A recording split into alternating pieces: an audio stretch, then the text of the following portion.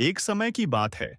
पावन कैलाश पर्वत पर भगवान महादेव माता पार्वती के साथ विराजमान थे। उनके दो पुत्र थे, भगवान गणेश और भगवान कार्तिकेय।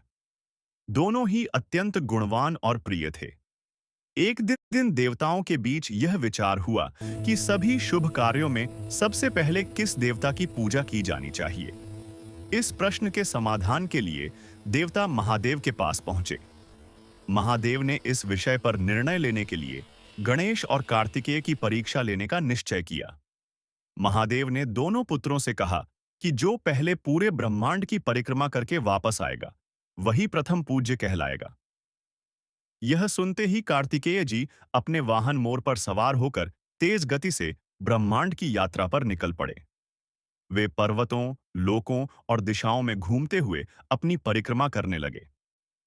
दूसरी ओर गणेश जी शांत भाव से खड़े रहे।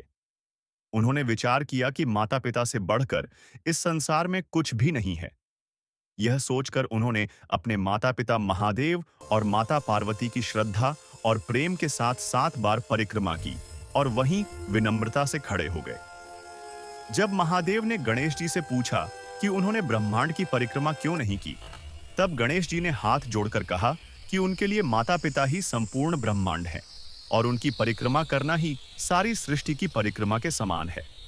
यह उत्तर सुनकर महादेव और माता पार्वती अत्यंत प्रसन्न हुए। उन्होंने गणेश जी को गले लगाकर आशीर्वाद दिया और उन्हें प्रथम पूज्य घोषित किया। कुछ समय बाद जब कार्तिकेय जी अपनी परिक्रमा पूरी करके लौटे, तो उन्हें सारा सत्य ज्ञात हुआ। उन्होंने दुखी होने के बजाय अपने भाई गणेश की बुद्धि और भक्ति की प्रशंसा की। इस प्रकार गणेश जी अपनी विवेकशीलता और माता-पिता के प्रति आदर के कारण प्रथम पूज्य बने। और यह कथा हमें सिखाती है कि बुद्धि, विनम्रता और माता-पिता का सम्मान सबसे बड़ा धर्म है।